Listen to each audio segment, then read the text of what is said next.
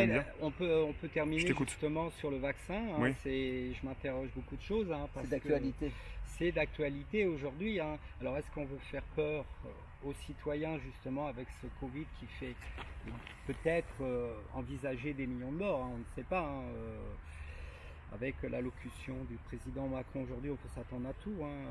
J'ai pris quelques notes justement là sur l'allocution du 12 et du 16 mars, où là on va rigoler quoi tout à l'heure.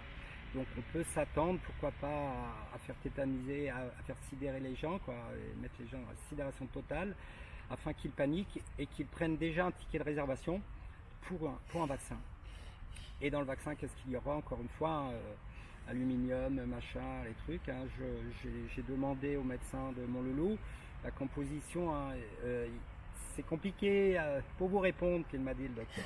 Ah, il sait pas. Ben, c'est peut-être, mais bon voilà, il fait partie De l'OMS.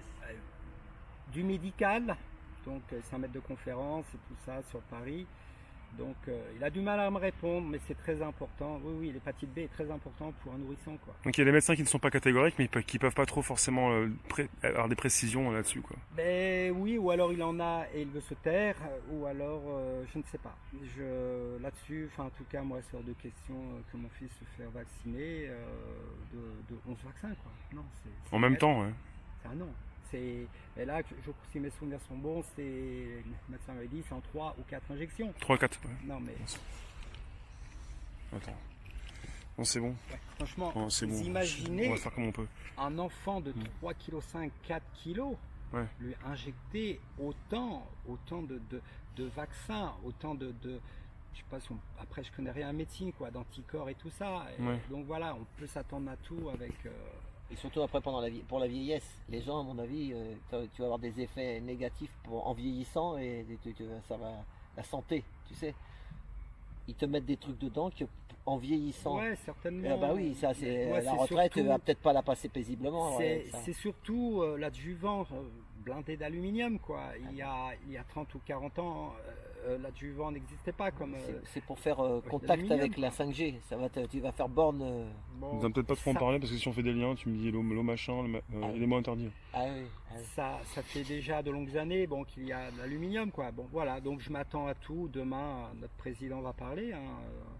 Qu'est-ce Il qu'il va nous parler le sortir, soir ou le matin? Il Le y a une soir allocution. Ouais, il va parler, il va annoncer parfois. des choses. Voilà, il s'est engagé à Il fait une annoncer conférence des de choses. presse. Ouais. Alors est-ce qu'il va interdire les rassemblements parce qu'on ne sait pas. Le Covid Marseille. aime bien. Marseille, peut-être il va te. Je ne sais pas. Je ne sais pas. En tout cas, je voulais revenir un petit peu là sur l'allocution de notre président Macron, hein, le 12 mars. Oui. Et Le 14? Non, le 12 mars. Hein. 12, le Alors, 12. il faut savoir quelque chose, c'est que pour lui, la santé du citoyen était très importante. C'était vraiment très important. C'est la raison pour laquelle certaines personnes sont décédées du Rivotril. Ouais. Le professeur Raoult, aujourd'hui, prêtait serment d'Hippocrate, les amis. Hein, fait une recherche, serment d'Hippocrate, que le médecin doit mettre tout en œuvre pour jusqu'à la dernière seconde, jusqu'au dernier souffle. Hein, il doit, même s'il a des moyens matériels, chimiques ou quoi, il doit mettre tout en œuvre pour soigner jusqu'au dernier soupir du patient. Mais aujourd'hui, ce grand professeur qui se bat nuit et jour, hein, quand vous voyez entre parenthèses la simplicité, ce professeur Roland Dacia, hein, c'est un type extraordinaire, quoi. Je veux dire, le mec il se prend pas la tête, quoi. Et c'est l'un des meilleurs professeurs au monde sur les maladies sanguines, tout ça. Enfin c'est incroyable. Et donc du coup, aujourd'hui, il a plusieurs plaintes sur la tronche. Hein, un mec qui prête serment pour guérir. Et là, on a voté un décret durant le confinement. Rivotril. Alors, citoyen, hein, je ne suis pas médecin, écrivez Rivotril. Ce que c'est, vous allez voir, vous allez vomir votre repas. Hein. Et oui, il y a des citoyens qui sont décédés supérieurs à un certain âge, en déficience respiratoire. Hein. J'ai lu le décret. Insuffisance respiratoire, ça veut dire plein de choses. Et franchement, encore une fois, hein, faites la recherche sur ce décret, vous allez voir.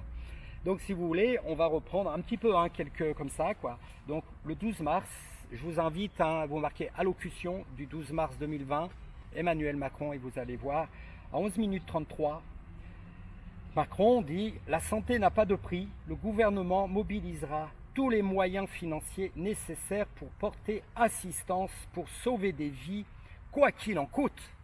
Pour sauver des vies, quoi qu'il en coûte. Rivotril. On sauve des vies au Rivotril. Tiens, je sais pas, il y a un problème là. Oh, citoyen. Alors je suis là, hein. C'est pour éveiller la conscience de certaines personnes. Je sais qu'en grande généralité, il y a beaucoup d'amis gilets jaunes, je leur passe bonjour au passage. Mais ceux qui ne sont pas dans la rue aujourd'hui, faites toutes ces recherches, reprenez les allocutions.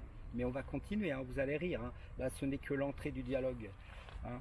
Et explique ce que c'est le Rivotril aussi. Alors, le Rivotril, encore une fois, je ne suis pas médecin. On donne ça aux patients en fin de vie. Ça les rend HS, quoi. Ça les tue. Ah ouais. C'est tout. Hein. C'est l'euthanasie, quoi. Alors, c'est ce qu'ils appellent ça comme ça. Enfin, alors oui, j'ai lu euthanasie, mais non, c'est plus grave que ça. Parce que l'euthanasie, tu le demandes. Là, ils font pas la famille, un membre est en phase terminale.